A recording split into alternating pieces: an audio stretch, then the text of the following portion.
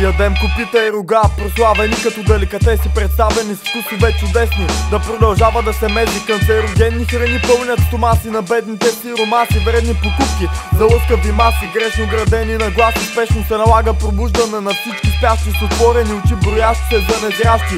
Повечето са твърде лесни за психоанализ, всеки търси по различен начин собствения оазис. Точим остриета за противоречия, сочим с пръст себе си, не виждаме грешката нечия. Наивни докато не се удавим в дъждове проливни, след това на слънце слагаме качулки и пак сме невинни. Трябва някой друг да поеме отговорност. Естествено, че не сме готови за тая склонност. Всичко е преходно, бъди готов. Утре за загуба давай любов, че трудно се поддържа висока парабола. Тежестите са неизбежни, така се вижда кой е способен. И той към херния е предразположен. Дотяга от мъжа ги с липса на мъжка проява. Боец от групата само, защото члена ги отличава.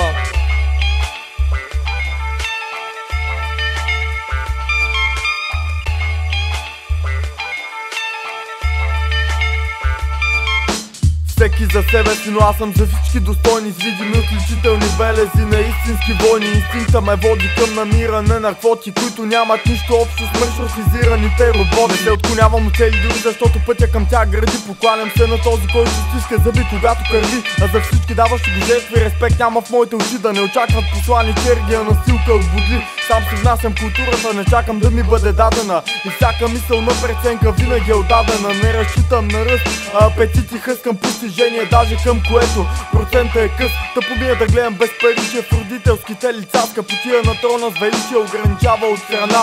Хорската подост варува на едро за лев или евроамфет, или някоя за горка ретро. Няма положен труд мързел, най-напред по веригата е оправдание. Купища изтъкнати, използвани като мивка. Живот, манипулация и експлоатация, прието за нормална деградация. Те приоритет скандално на всички, политика в ръцете на всеки смартфон. И замени се разговора с общо достъпните технологии, подвластни на диктатурата, но безучастни за стачка. Всеки е срещу системата, но не прави първа крачка.